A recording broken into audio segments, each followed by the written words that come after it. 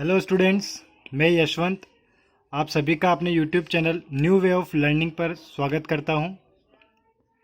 आज हम बात करेंगे class 9th social science subject के एक नए चैप्टर की।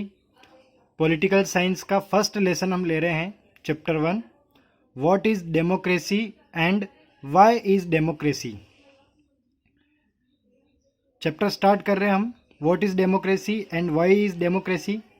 तो सबसे पहले हम डेमोक्रेसी का मीनिंग समझ लेते हैं। देखिएगा, डेमोक्रेसी यानी लोकतंत्र, इसका सिंपल मीनिंग होता है for people, by people, to people. Okay, from people, by people, to people. इसकी एक डेफिनेशन हमने लिखी है, सिंपल डेफिनेशन है, democracy is a form of government. Democracy is a form of government. ये गवर्नमेंट का एक फॉर्म होता है, जैसे एनार्ची होता है, डिक्टेटरशिप होता है, वैसे ही गवर्नमेंट का ये एक फॉर्म होता है। ठीक है, democracy is a form of government in which the rulers are elected by the people. जिसमें क्या होता है, जो रूलर्स होते हैं, जो शासन करने वाले लोग होते हैं, वो किसके द्वारा इलेक्ट किए जाते हैं? बाय द पीपल्स, यानी लोगों के द्वारा ही अपने रूलर्स को इलेक्ट किया जाता है, चुना जाता है, और वो चुना हुआ व्यक्ति कानून बनाता है और कानून को निर्वाहित करता है। तो डेमोक्रेसी क्या है? गवर्नमेंट का एक फॉर्म होता है। ठीक है, जैसे अनार्ची होता है, डिक्टेटरशिप होता है, उसी टाइप से डेमोक्रेसी भी क्या है? गवर्नमेंट का एक फॉर्म है, जिसमें रूलर्स जो होते हैं वो किसके द्वारा इलेक्ट किए जाते हैं? पीपल, यानी जनता के द्वारा। यानी जनता अपना राजा खुद चुनती है, ये कहलाती है डेमोक्रेसी। लेकिन यहाँ पर एक और बात है कि ये जो हमने डेफिनेशन पढ़ी है, ये बहुत ही सिंपल डेफिनेशन है, इसमें बहुत कम चीज़ों को शामिल किया गया है। This definition is too simple, बहुत ही ज़्यादा इजी डेफिनेशन है ये। That is why we need to learn all the features of democracy. इस वजह से हमें डेमोक्रेसी के सारे फीचर्स पढ़ने होंगे कि एक्चुअल में डेमोक्रेसी जो होती है उसमें क्या क्या होना चाहिए। ठीक है, कई बार क्या होता है, हमें कोई कंट्री डेमोक्रेटिक कंट्री लगती है, बट एक्चुअल में वो डेमोक्रेटिक कंट्री नहीं होती है। केवल लोगों के द्वारा अपना रूलर सिलेक्ट करना ये डेमोक्रेसी नहीं होता है। इसके अलावा भी डेमोक्रेसी में और फीचर्स होते हैं। इन फीचर्स को हम एक एक करके पढ़ेंगे। नेक्स्ट जो हम टॉपिक स्टार्ट करें इस चैप्टर में, वो टॉपिक क्या हमारा? The features of democracy. The features of democracy. First feature हम ले रहे हैं, rulers are elected by the people. Rulers are elected by the people, यानी डेमोक्रेसी में क्या होता है, जो रूलर्स होते हैं, यानी जो शासक होगा, वो किसके द्वारा चुना जाएगा? पीपल, यानी जनता के द्वारा। ठीक है, in democracy all the adult people. Democracy में क्या होता है? All the adult people elect representative of their area. Democracy में क्या होते हैं? सारे एडल्ट पीपल। एडल्ट पीपल जो होते हैं ना, अब सभी कंट्रीज में अलग अलग लोगों को एडल्ट पीपल माना जाता है। जैसे हमारे इंडिया में एडल्ट पीपल किनको माना जाएगा? 18 ईयर या अबव 18 ईयर्स के पर्सन, है ना। जैसे अगर आपकी एज 18 साल से कम है तो क्या आप एडल्ट हो? नहीं हो। यानी कि आप अपने रिप्रेजेंटेटिव को इलेक्ट कर सकते हो? नहीं कर सकते हो। लेकिन आपके माता पिता जो कि 18 साल से बड़े हैं या 18 साल के हैं, वो अपने रिप्रेजेंटेटिव को इलेक्ट कर सकते हैं। तो in democracy all the adult people elect representative of their area. वो अपने एरिया के रिप्रेजेंटेटिव को, अपने जिस एरिया में वो रह रहे हैं उस एरिया के रिप्रेजेंटेटिव को वो इलेक्ट कर सकते हैं, to participate in the system of government. यानी गवर्नमेंट में पार्टिसिपेट करने के लिए वो अपने एरिया का रिप्रेजेंटेटिव इलेक्ट कर सकते हैं। ठीक है, अपना रिप्रेजेंटेटिव, अपना प्रतिनिधि वो खुद चुनते हैं। किसमें? डेमोक्रेसी में। कौन? Adult people. हर जगह के लिए एडल्ट पीपल अलग अलग होते हैं। हमारे देश के केस में, इंडिया में एडल्ट पीपल किनको माना जाएगा? 18 ईयर्स और अबाउ, 18 साल या उससे अधिक वाले व्यक्तियों को। ओके, सेकंड फीचर की हम बात करेंगे, elected rulers take all the major decision in the government. Second feature क्या आ रहा है हमारा, इलेक्टेड रूलर्स। ऊपर हमने क्या बात कर ली कि रूलर को कौन इलेक्ट करेगा, पीपल्स। सेकंड फीचर हम क्या पढ़ रहे हैं कि जो हमारे इलेक्टेड रूलर्स होते हैं, जो प्रेजेंटेटिव, जिस प्रेजेंटेटिव को हमने इलेक्ट किया है, चुना है, take all the major decision in the government, यानी गवर्नमेंट में उस इलेक्टेड रूलर को मेजर डिसीजन यानी बड़े निर्णय लेने में उसका शामिल होना जरूरी है। ठीक है, चलिए इसके अंदर पढ़ते हैं हम। If the representative elected by the people really play role in making decision and policies of government, the rule is democratic. If the representative elect by the people, अगर कोई रिप्रेजेंटेटिव जिसको किसने इलेक्ट किया है, पीपल यानी जनता ने, अगर वो वाकई में डिसीजन लेने में, पॉलिसीज़ यानी योजनाएं वगैरह बनाने में, नीतियां बनाने में, निर्णय लेने में अगर वो अपना रोल प्ले कर रहा है, तब तो वो क्या है, तब वो रूल क्या कहलाएगा, तब वो रूल कहलाएगा democratic rule. Okay, otherwise not. ठीक है, वापस समझिएगा इसको। हमने अगर किसी कैंडिडेट को सेलेक्ट किया है, अगर हमारे द्वारा सेलेक्ट किया गया कैंडिडेट डिसीजन लेने का काम नहीं कर पा रहा है, पॉलिसीज़ बनाने का काम भी नहीं कर पा रहा है, किसी भी प्रकार का कोई डिसीजन नहीं ले पा रहा है, ठीक है, केवल नाम का ही रिप्रेजेंटेटिव बनकर रह गया, तो क्या वो डेमोक्रेटिक रूल कहलाएगा? नहीं।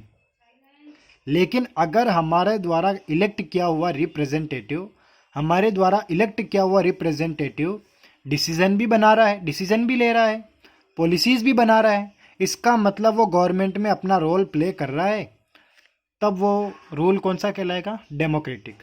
अगर ऐसा नहीं होता है तो उसे हम डेमोक्रेटिक रूल नहीं कहेंगे। देखिएगा, एक एग्जाम्पल के रूप में अपन समझते हैं। For example, Pakistan went through such A fake democracy. जो हमने ऊपर बात की ना, ऐसी की ऐसी डेमोक्रेसी एक बार कहाँ आई थी? पाकिस्तान में, under the rule of general Parvez Musharraf. किसके शासनकाल में आई थी ये? जनरल परवेज मुशर्रफ के शासनकाल में। क्या हुआ था उस समय पर, समझिएगा एक बार।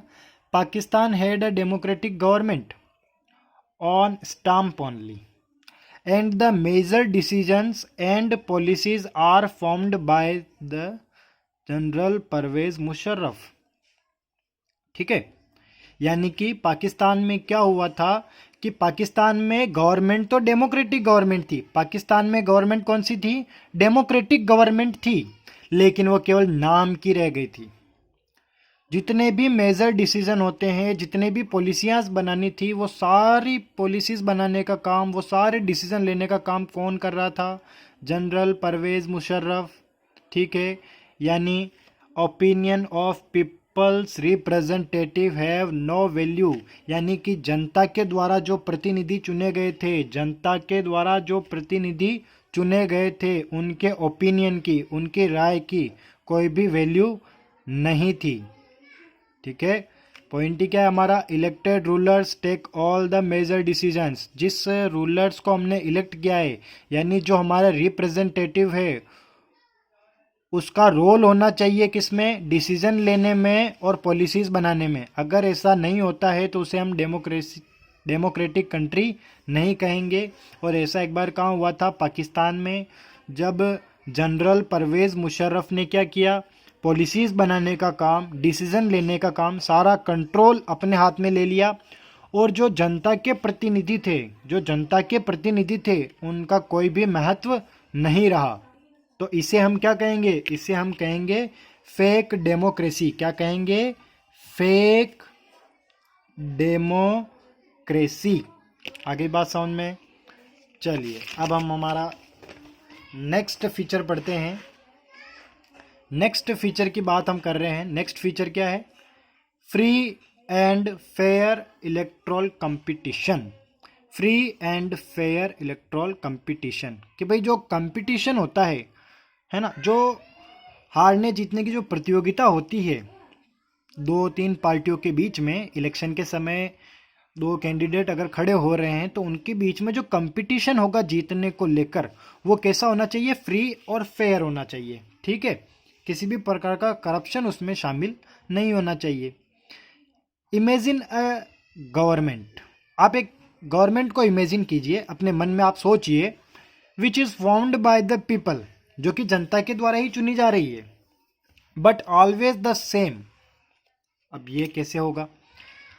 हम हमारे मन में एक सरकार सोचते हैं जो जनता के द्वारा ही चुनी जा रही है, लेकिन हर बार जब भी इलेक्शन होता है एक ही पार्टी जीतती है। ठीक है, हर बार इलेक्शन हो रहा है, हर बार एक ही पार्टी जीत रही है। जब भी इलेक्शन होता है एक ही एक पार्टी जीते। ये चीज़ क्या दिखाती है? What does it signify? इससे आपको क्या संकेत मिलता है? इससे हमें पता चलता है कि यहाँ पर क्या हो गया है, एंड ऑफ इलेक्शन, इलेक्शन ख़त्म हो गया है। एंड ऑफ पीपल्स चॉइस, यानी जनता की जो चॉइस है वो भी ख़त्म हो गई है। इसका मतलब क्या हो गया है? एंड ऑफ डेमोक्रेसी, यानी डेमोक्रेसी वहाँ पर क्या हो चुकी है? ख़त्म।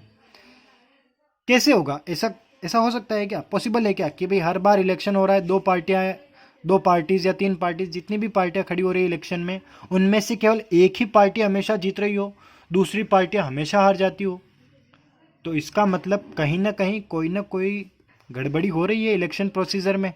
यानी इलेक्शन लेते टाइम कोई ना कोई पार्टी कहीं ना कहीं जनता के साथ धोखा कर रही है।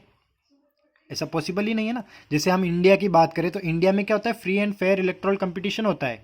कभी कांग्रेस जीत जाती है, कभी बीजेपी जीत जाती है, कभी आम आदमी पार्टी जीत जाती है ना।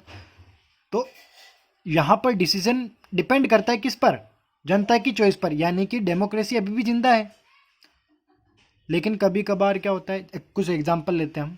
देखिए, फॉर एग्जाम्पल इन मैक्सिको की बात कर रहे हैं। एक पार्टी है वहाँ पर, पीआरआई पार्टी। कौन सी पार्टी?